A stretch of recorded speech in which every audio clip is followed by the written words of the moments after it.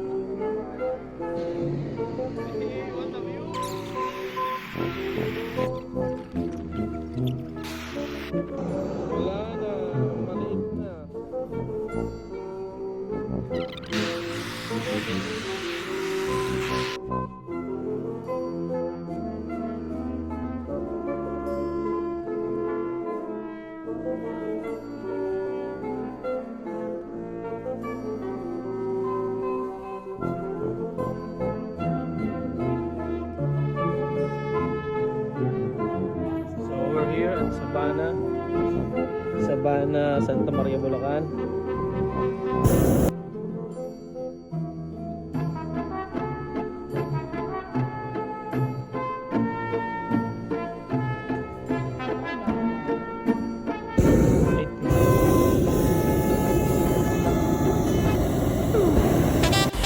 Ayan, so ito na nga yung part na pinaka gusto ko puntahan kahit hindi naman ako kasama dito na extra lang ako. So pumasok kami sa wine tasting with cheese tasting. Hindi ko naman masyadong trip yun, pero tinry ko na din kasi parang ang ganda sa loob. Ang ganda, di ba? Tapos napaka-quality ng green ambience nila. So hindi ko naman masyadong ini-express yung nakakulay green na babae, pero parang ganun na nga din. So ayun yung nung wine shop nila. Diyan ka magpapa-book and then diyan ka din makikipag-usap dun sa mga staff nila. Ayun yung binibenta nila sa katutak na wine, no? Sobrang dami. And then after that, after a moment of truth is nearby. So ayun, pag pala magte-taste ka ng wine dito sa kanilang mga wine, ayun nga pala pinsa ko, napakaganda sa wine factory nila. Kailangan naka-elegant dress ka kahit papaano. So pag nakita mo yung mga babae dito, kala mo hindi na mabasagan ng pinggan kumbaga sa Pilipinas.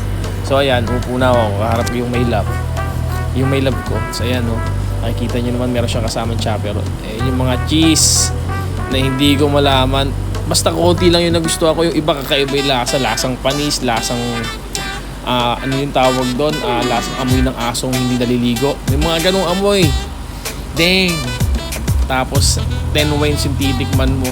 Ako pa yung magdadrive. Buti na lang, tinikman ko lang. Pero talagang struggle is real nung nagdadrive na ako kasi sobrang hirap, nakakaantok. Kaya ang dami kong ininom na energy drink hanggang sa matapos kami. Ayun yung mga klase ng wine, sobrang legit. Tsaka klase ng cheese. Damn, di ba? Kala mo ang social ko. Thanks to my cousin. Thank you. Makabawi din ako sa'yo. Yo, so ayan. Ito yung isang unang nagustuhan ko yung katabi ko yung mga chicks. Yan, sa part na to, pag natikman mo siya, itatapon mo din. Manghihinayan ka talaga sa umpisa. Siyempre, wine yan, tsaka alak yan, itatapon mo. Pero ganun talaga pagka wine tasting. Kunyari, social ka. Ayan, nilalagay na naman ako ni Mr. KFC. So lagay lang siya ng lagay, kuha lang siya ng kuha sa loob. Yung asawa nga pala niya Pilipina, so naiintindihan niyo mga sinasabi ko. Kaya pag sinabi ko yung ubas, ayun, naraintindihan niya kung ano yung gusto ko kainin ubas. So ayan, inom lang na inom, tapos tapon ka lang ng tapon dun sa may bucket na yan.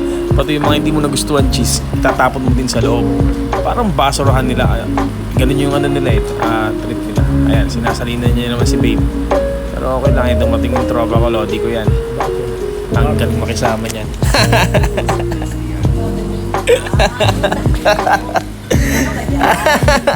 Wala, gusto ko lang naman mag-vlog. May extra dito sa tabi ko eh. Oh. Gusto ko lang naman mag-voice over. Tatry ko lang, di ba? Alam mo, maging vloggerist ako. So, ayan yung mga cheese eh. Iba-iba. Ayan, nasa Brie na kami. Brie yung pangalan ng cheese. Masarap-sarap yan. Kahit hindi ko na maalala yung lasa, basta masarap sila.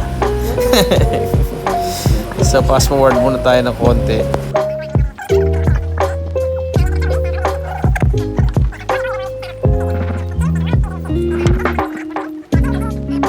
Sa dami ng sinasabi, tinapos ko na, lumabas na ako. Naririndi na ako eh. Yan nga siguro yun. Oo.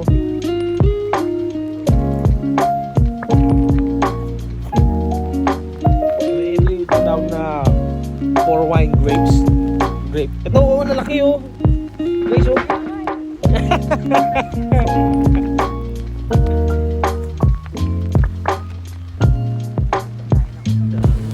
So after nitong video na to, fast forward ko na 200 kilometers back from the cities. Yan, dito muna kami sa outlet mall, bilihan ng mga nabili muna sila. Siyempre ako tumingin lang kasi wala tayong pambili.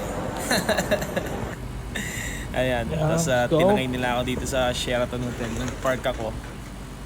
Akalain mo ang mura pala ng parking dito.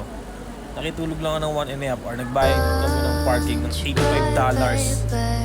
Dang! Yaman nila, no? Yaman ng hotel na to. Nakakasabi yan. Ganda, di ba? Dami nilang pera. Sosyal eh.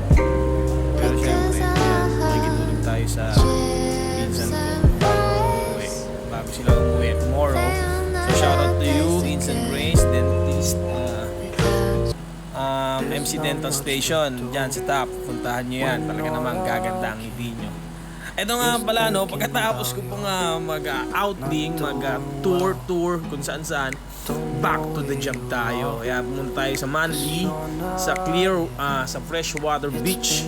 Kaya may kukunin tayong isang items dyan, and then ayan, nagkakasiyahan sila. Ang saya dito. Daming mga bata. Ibang-iba yung mundo dito. Sobrang quality living nila. Sobrang enjoy nila yung kapaligiran.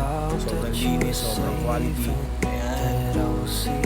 So kahit pagod ako dyan, parang naano ako dyan, na-refresh ako dyan. Parang, uy, ang saya, sarap kasama ng pamilya mo pagka nandito ka sa mga magaganda na lugar. So medyo na-homesick ako.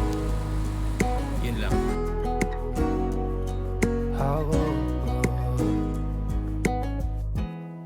We talk on the phone every night. Love to hear your voice. Not sleeping well. And I know that you're right, but you should know